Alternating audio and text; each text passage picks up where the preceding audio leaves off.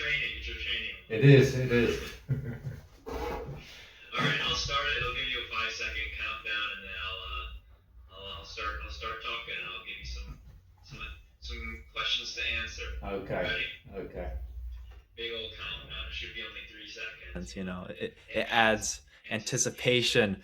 But I am here with Steve, and for anyone who doesn't know, me and Steve have been connected because when I first started Socialync, this guy gave me every single bit of advice, feedback, a little bit of criticism, and let me tell you, the app has gotten so amazing just because of this person right here. So I had to interview him.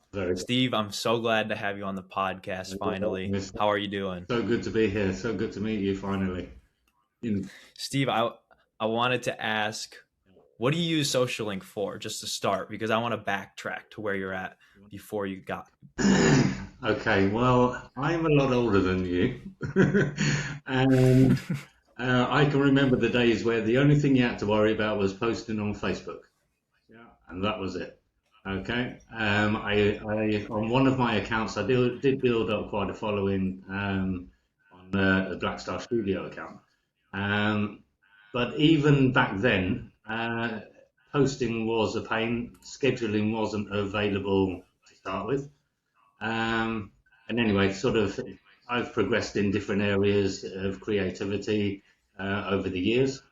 And to be totally honest, I had a little bit of an upset a few years ago, and I've had a 2-year break of literally no social media. Yeah. So the timing of your app as well has been absolutely perfect for me. Because I personally have to take a different approach in as much as I've got various accounts, okay, that technically have become dormant. Fortunately, followers haven't fallen off, yeah. Right. I knew from the start that I would have to create a lot of posts, even if technically they go to waste to start with, just to actually let people know that Steve's back posting regularly, you know. So I needed a scheduling platform, okay. And to be totally honest, I did research quite a few. There were quite a few, I won't mention names, but there were quite a few that I'd used or at least tried in the past. And I was just looking for something different. And I won't lie to you, I stumbled across Socialync, and am I glad I did?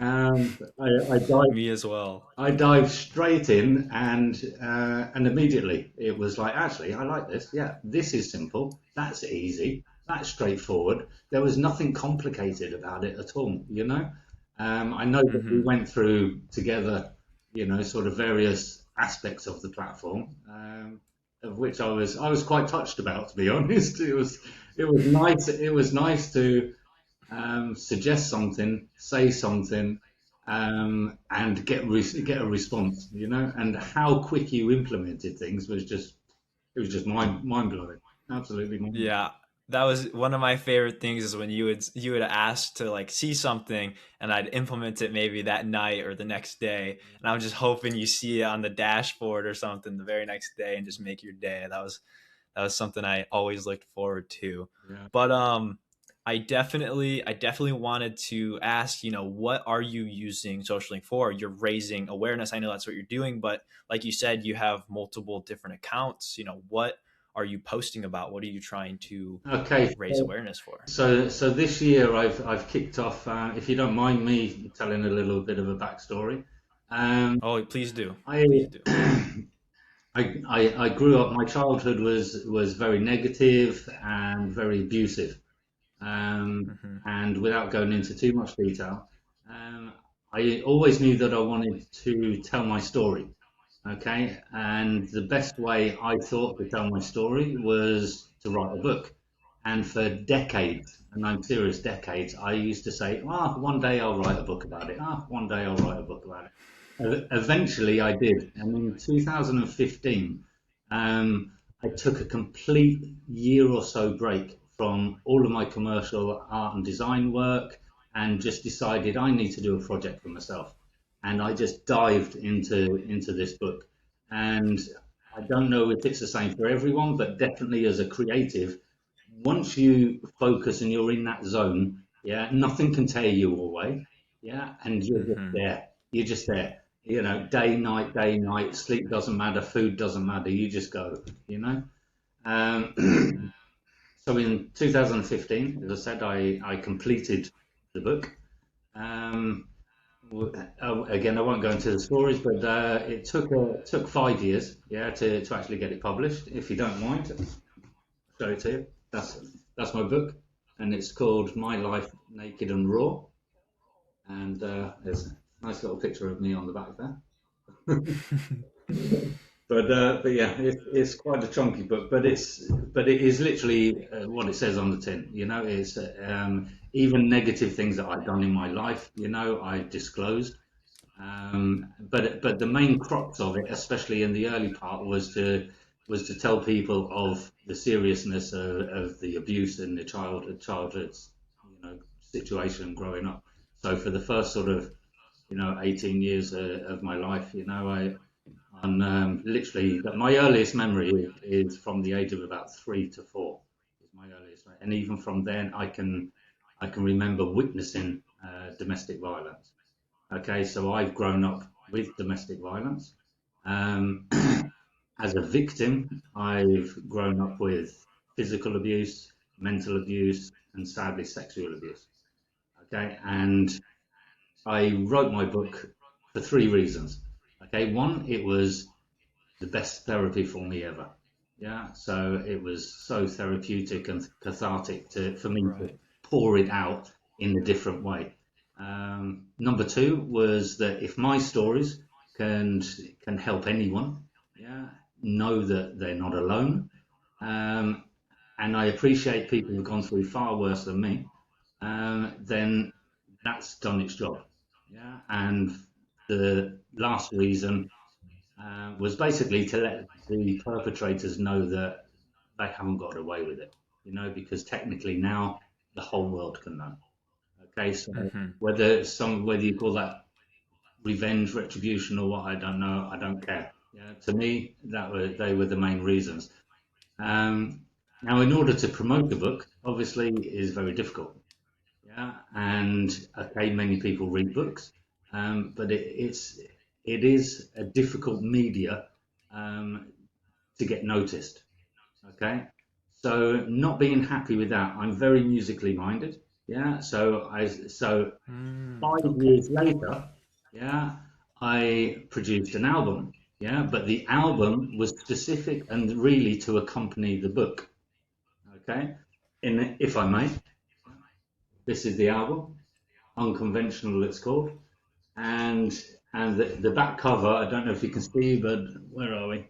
This little boy here. This is me at the age of about, I think I was about 4, I think there, with my nan, And where was this taken? and my siblings. This was in a house that we moved to in Shropshire. We used to live in London. I was born, Mm, born in London, but we moved up to Shropshire. Beautiful house, but not such beautiful memories. Um, so anyway, so what I did was actually a lot of the lyrics from most of the tracks are actually taken from poetry that I wrote in my youth. Okay, and I used poetry as just one of the self-taught coping mechanisms, yeah, to deal with abuse. Yeah, I used to find writing poetry was an outlet for me that I could get things out of my head onto paper, and I just kept them for years and years and years and years. Um, and then uh, when desktop publishing came about with Apple Macs, yeah, in the mm. UK, I literally got all of my handwritten poetry and everything and typed them up, and kept those as well forever and ever. Then I think in '92 I decided, you never know, I might be able to do something with these one day, and I copyrighted them at the time. Um, And I was also at the time as well in the early 90s, I was involved with, I think it was called something like the International Guild of Songwriters and Composers. Okay. You're everywhere. Oh my goodness. And the idea then, back then, it was just a magazine. Yeah, it was a magazine, and at the back of the magazine was a whole listing of people that wrote music and people that wrote lyrics, and basically you try and team up with people. Yeah, Hmm. I'm sure you probably can't imagine this, but we used to I used to say post off lyrics to someone, yeah, and maybe weeks and weeks later they would send back an audio cassette, yeah, of music that they'd composed for it. And it was a You fun, had a musical pen pal. yeah, it was a fun That's little the way to project. describe it. To be totally honest, I didn't really get anything out of it, so I put it to one side. However, after doing the book, yeah, because I am a bit of a computer geek, um, I decided to do this album. Like I say, so 5 years later, I kind of this year, I released the album. So to me, um, people listen to music more than they read books. Okay, so it makes sense to promote the album in order to get the context of the book. Okay, the ultimate goal for me, which may take several years, my ultimate goal is actually to transform the whole book, the story of the early years and what have you, into a mini TV series. Okay, now, in order to do that, you have to collect ammunition, basically. Yeah, I've spoken to various production companies and what have you, and what they need to see is different types of media. Yeah, plus you have to kind of demonstrate that there's an interest for it. Yeah, which is understandable. Now, the only way to do that nowadays is obviously through social media. Yeah, so this, yeah, the book, the music is what I am publishing about, yeah, on social media, and the whole thing is an awareness campaign against abuse for people like myself, survivors and victims. So that's Hmm. where I'm going with it. But I also appreciate I needed or need a long-term strategy. It's not going to happen overnight. Um, so your platform is ideal, yeah, um, for me to, how can I put it, to analyze the data basically, yeah, and to play with different posts. Yeah, so effectively you can get the metrics from different posts, different days, different platforms. And to be honest, I'm still in that stage with your platform. Okay, but it is generating. I I'm pushing lots on Spotify. I did get some advice that and I think it's good advice in as much as with something like, not necessarily this, could be anything, I guess, yeah, is to make yourself available everywhere. Yeah. Hmm. Now, Yes. even if, no, so I mean, if I mention them, I mean things like X or Twitter or what have you, LinkedIn, yeah, they're my least favorite. Um, Me as well. and um, But nonetheless, because I have accounts, you need to utilize them. Again, be available everywhere. Yeah. The flip side of the same advice was actually um, do put all of your eggs in one basket.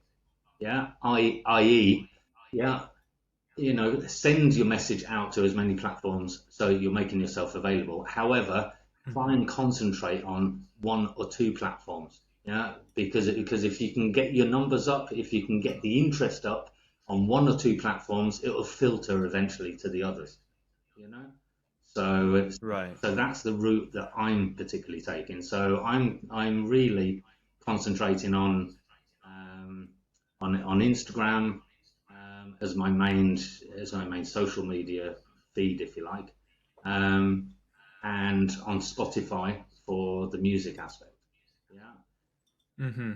There's one thing that I have noticed, which might actually interest you. I don't know, but on your particular platform, yeah. To be honest, my metrics are not very good. They're pretty rubbish.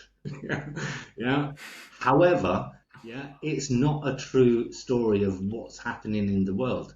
Yeah, in as much as I can tell um, from the numbers of views and everything on my own posts and what have you, that with respect to dates and things like that, it's translating and is already translating through to Spotify. Okay, so I'm really happy with my Spotify progression. Okay, with monthly listeners, the amount of plays, saves, playlists, this sort of thing. I'm really happy with the way Spotify is going. Yeah, now that can only be a result of what I'm doing with your platform. As simple as that. So it is working. I'm not too familiar with posting to Spotify. Obviously, I post the podcast to Spotify, but I do want to ask you kind of, is Spotify made are most of the streams that come from Spotify, you mainly have to get them from other platforms? Yeah. Because does Spotify push it out there at all, or once you push it out there and you have a low following, you kind of stay low until someone from the outside source comes out? Is that how it kind of works with Spotify? Yeah, Spotify is very difficult. There's no internal communication structure in Spotify. Yeah, so I don't even know who my listeners are. So you have Hmm. zero information, literally.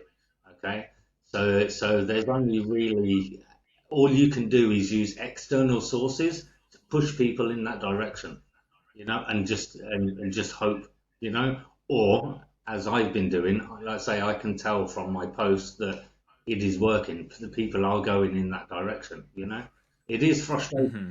sometimes. You just want to sort of, message a few of your listeners, and you simply can't. So you have to rely from external sources. You can do other things like believe it or not, I'm getting quite a nice following on radio, live radio plays in Brazil. Wow. Don't ask me why. Don't ask me why. But I'm not questioning it. I'm just going to go with it. So The strangest metric channels you can have. It sounds like you have those on on Mark right there. That's amazing. That's great.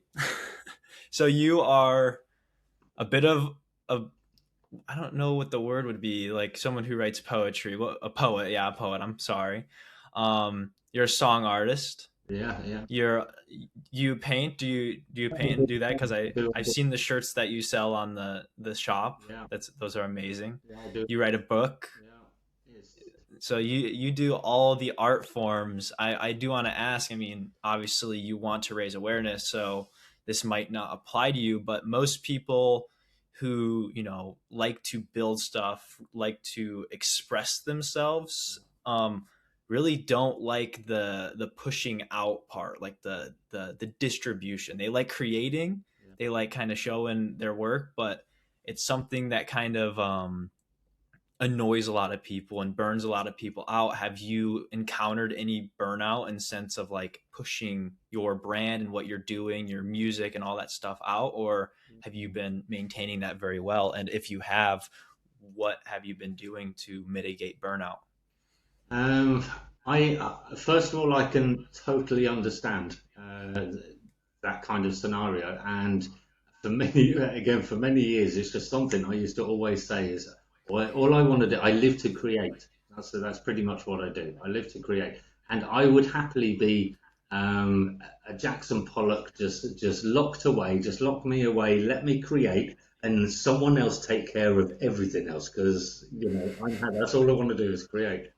Um, but in the past, I have actually tried sort of taking one or two people on board, to do certain aspects. And I don't know if it's because I'm particular or what, but I've never been happy with the results. And like many things, you'll know yourself. It's like, no one can do that the way I want it done or the way I need it to be done. So I Hmm. did shy away from the internet many years ago. I did shy away from it a great deal, and then I literally just bit the bullet and said, right, there's no escaping it. As simple as that. There's no escaping it. and you've just got to do it, you know. So I do all my own video editing and things like that as well. So, and again, Wow. I prefer to do that. It saves me. Obviously, there's many things that I do that save me a lot of money, you know, because I can do them in house. The problem is time, you know.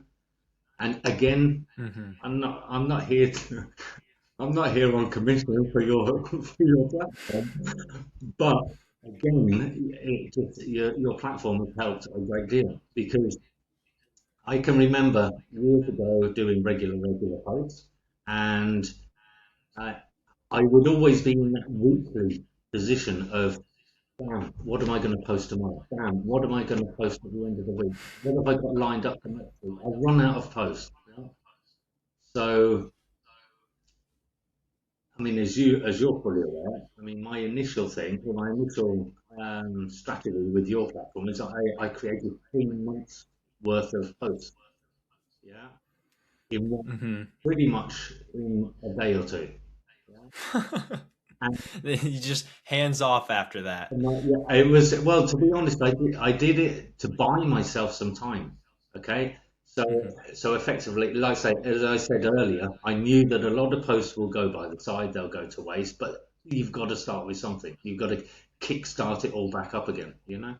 So Mm-hmm.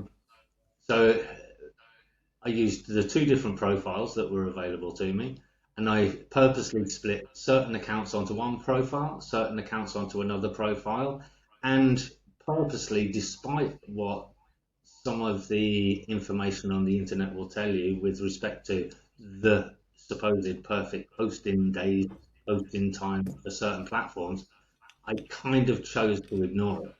Um, and like I say, on the two profiles, I did 3 days, 3 days of posting on one set, 3 days of posting on another set, and left myself 2 days, Monday to Friday, basically free, so that I could slot in any other post that I'd like to do. Yeah, but technically, Mm-hmm. between the two profiles, Monday to Friday has every day has a post. Okay, um, the reason I did so many posts ahead is because, again, going back to creativity, if I'm in a zone, yeah, I I know that in 2 3 days I can not bash out X amount of posts, but I know that I can create certain posts. Plus, Right. because you're in that creation mode, yeah, you could be creating a post and then think, actually, this would be a good idea. Okay, I'll save that. Once I've finished this, okay, we'll work on that. Yeah, so you can come up with a whole, bunch of different style posts, you know, and I know that I can allocate myself 2 or 3 days, yeah, solid, just to do posts, yeah, which means if there's enough there to to schedule, yeah, for the next month, 6 weeks, 8 weeks, whatever it may be, that's just bought me time. That's taken the pressure off, you know. During that time, I still might think of something else that I want to post, but then I'll be more strategic and think, well, actually, what I've just thought about to post, I could slot that one in there, yeah, or I can Mm-hmm. keep that idea or keep that for a later date, you know. So there is a lot of going on the creation side, if you like, but only because your platform allows me, yeah, to really sort of go hard at it, yeah, and like I say, take the pressure off. So I anticipate that I will continue to do that. So I will never be in that position again of, damn, what am I going to post next week? I've run out because because as you know, social media, a lot of everything is about consistency. Everything is about momentum. Yeah, and without those Mm-hmm. two things, you don't stand a chance with anything. You know, so it's People want to see a familiar face or a familiar tone, and that is what they're looking for. So, like, if you're not consistent when you first start, you're going to miss out on a ton of opportunities. That actually, what you mentioned. So, first of all, thank you so much for just expressing how much you like Socialync. That means genuinely the world to me, and hopefully, I can continue to do right by you. But you mentioned something earlier in the podcast, and it was when you were writing your book, you mentioned that you didn't have to eat, you didn't have to sleep, you could work for so many hours and you just go, go, go. And I wanted to ask, I know exactly that feeling. Entrepreneurs and sometimes a lot of content creators have that feeling, but has it gone away from you? Like, are you now getting to the point where, you can feel your energy levels fluctuating, unlike it's just max RPMs all the time, like when you're posting content? Have you gotten to that point, or are you still, go, go, go, I don't need to eat? Yeah, no, I'm still go go go. Yeah, yeah. Um, yeah, I can honestly say I don't think I've ever really suffered from burnout. It's I do need someone else within my camp to to technically keep me alive because I'll just not eat, drink, or anything. Um, but no, I just create all the time. My brain just doesn't stop when it comes to creativity, and as long as there's a purpose to it, I cannot forgive me for any listeners out there that might do such a thing, but I'm not interested in seeing a post of what you had for dinner today. That does nothing for me whatsoever. You know, but and I think I'll be buzzing from this for a long time because it has such a cause. There's a massive potential impact that whatever I'm doing, can have for many other people for a serious reason, for abuse. And sadly, no matter how much I do, it may only be one little drop in the ocean. Abuse will never stop. As simple as that. Yeah. Right. But if that one little drop in the ocean helps X amount of other people, then it's doing something and it's working. So, but going back to your original question, no, I really don't suffer from burnout at all. So I just, Do you feel like you carry a duty or things on your shoulder, when you're posting content and making these artworks and the book and all this stuff? Like, do you feel like as if you owe it to yourself and that person that's also experiencing what you experienced when you were a kid? Is that what kind of helps you, continue going? to a degree, I won't lie. In on one hand, not that I have any plans of disappearing from this earth yet, but I like the fact of knowing that I'm leaving a legacy of my story behind. The world will know that I existed, as simple as that. Hmm. And then on the flip side, I genuinely do like to help people. I help people all the time in different ways. Um, and I've done things like there are some Facebook groups for sort of abuse victims and survivors and what have you, and and the biggest problem that I'm finding, which I'm trying to get one or two of the groups to open up a bit more, is they're happy to sort of post about certain things of their life, but there's literally no engagement between all of the people you know. So I'm trying to sort of get them to change and talk a bit more openly. Some people are very afraid of talking out. For someone like me, a male abuse victim is, there's very few of us that speak out publicly. Okay, it's generally always the females. Um, but I know that I can, and I know that I have done. You can write some genuine. It's not just kind words. You write genuine thoughts to other people, yeah, and you don't even have to tell them, oh, I've been through that because I did this, I did this. It's not all me, me, me, me, me. Hmm. You actually empathise with what they're going through, um, and you can give forms of encouragement. And the other big thing about my particular project for this year and onwards is just encouragement. Is just to get. I'm only a human being. Yeah. If I can put the thoughts and the stories of my head, in black and white on paper, anyone can. You know. And there's no Right. there's no reason why people can't tell their stories, even if they remain anonymous in some sort of way. You know.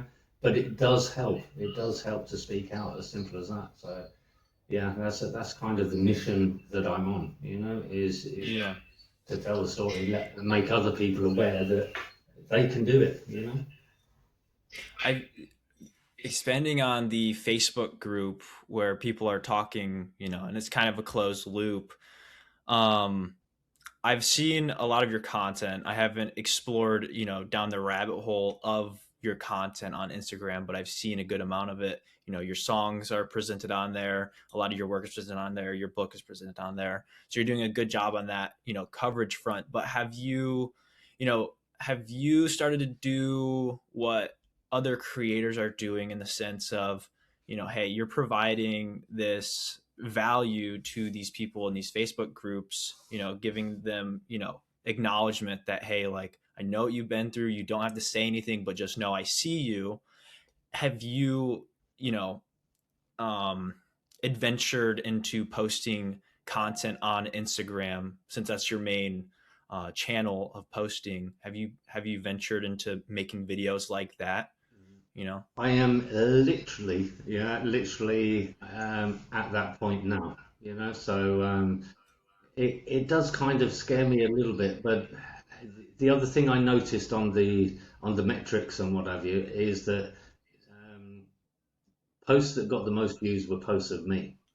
Not super duper things that I've created through video editing and what have you. Yeah, so um, I've mapped out the start of the process. Yeah, and actually this weekend, stroke next weekend, I will actually start doing some video posts of me, talking about aspects of either maybe I'll have to sort of tell a few of my own stories in order to sort of get across the seriousness of people's abuse, but also just talking to people or talking to a camera as if there are people there, you know.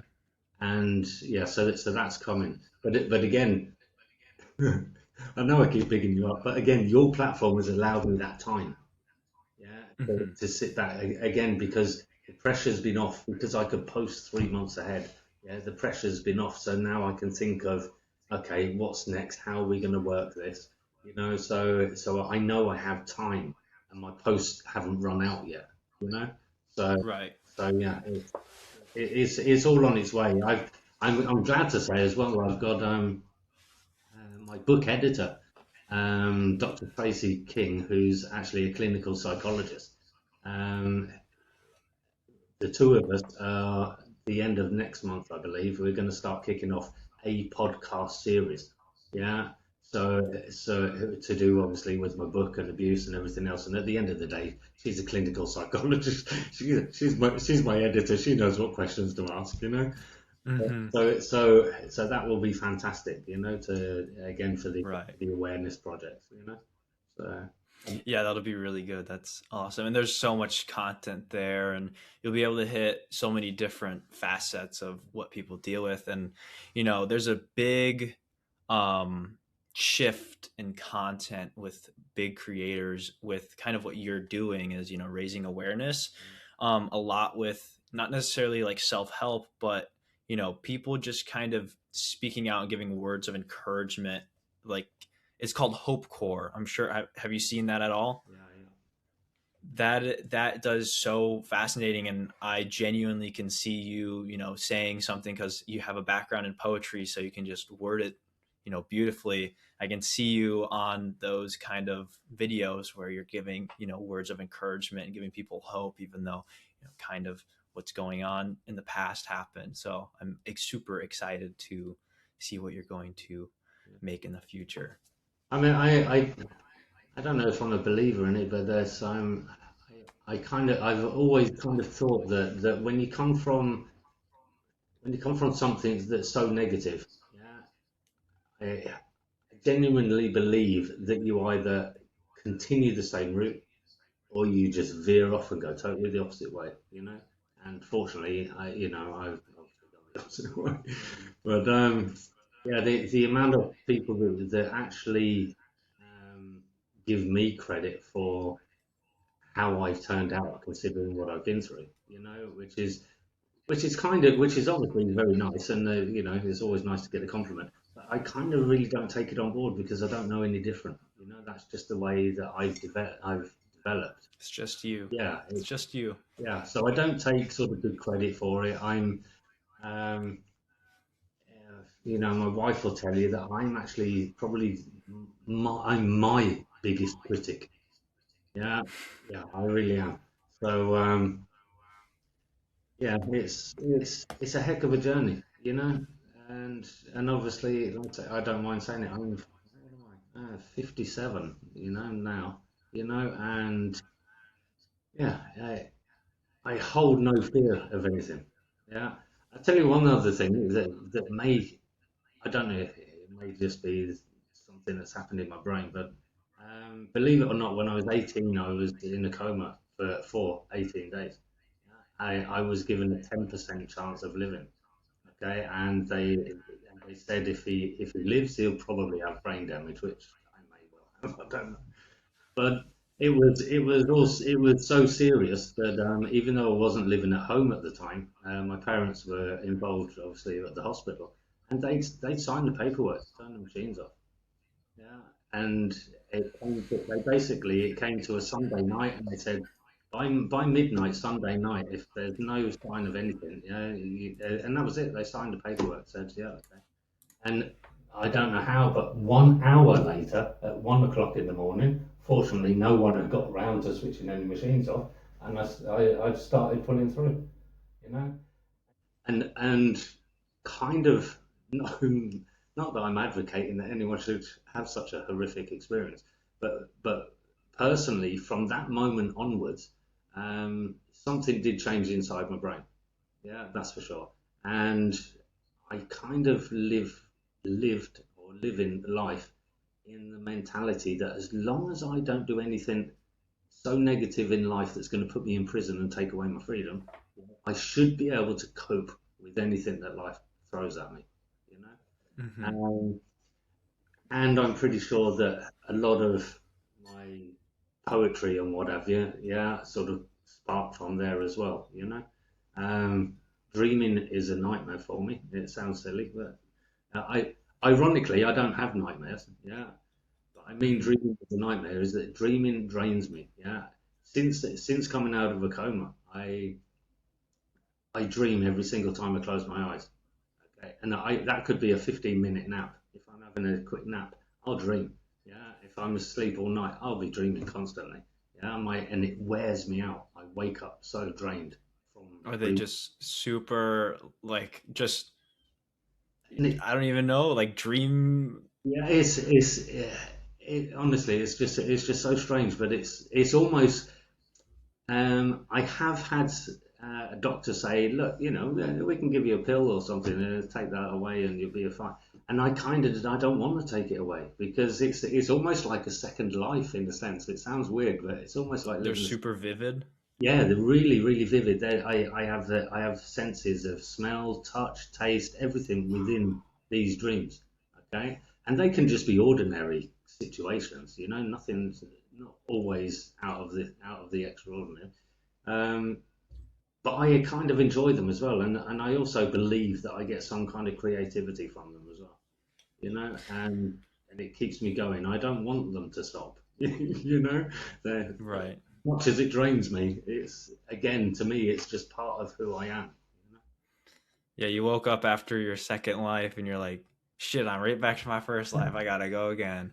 Wow, it really does sound like something up above wanted you to be here right now to, spread the message that you're spreading now. So I'm very Yeah, glad that, that you hit the 10% chance. Like that's yeah, amazing. I'm glad you're here. yeah, cool. But no, I'm pleased. I'm pleased with the project. It was scary to launch, yeah. In as much as, do I really want my face and telling stories, and of course there are some really close family members that effectively um, I had to consider them, and I had to tell them, this is what I'm doing. Yeah, are you okay with it? Because potentially, you're my son, you're my daughter, and everything. Certain things may impact you, or are people going to think of you in any different way? And fortunately, all they just, yeah, go ahead, do it. What you're doing is fantastic. Carry on, tell the world. Go That's great. A lot of people struggle with that because, they don't want to, do any harm to their family. So I completely understand that. Yeah. But Steve, it's been a great podcast. I'm so glad to have you on, and you're probably going to be back on here again because there's just so much to talk about, and it sounds like you're about to launch your new kind of content style with what you said earlier. So we'll reconvene. Back. Hey, let me get a few more video posts out and what have you, and then we can chat about that and see what the Exactly. the I response. cannot wait. But thank you, Steve. I love all that you're doing. All of your links, everything is going to be put into the description. Anyone watching can go check it out. Go support Steve. What he's doing is amazing. Steve, any last words you want to give anyone? Only to everyone who's listening who can relate to any of this. Yeah, you're not alone. Yeah, you're not alone. As simple as that. Thank you. All right, Steve, have a great rest of your day. And you, all the best to you. Take care. Ciao. Oh. Okay, I think I'm ready. So yeah, I was checking out some of your Instagrams, your story. It's really interesting. Help our campaign to stop abuse. Like, follow, share, comment, subscribe. Every click makes a difference.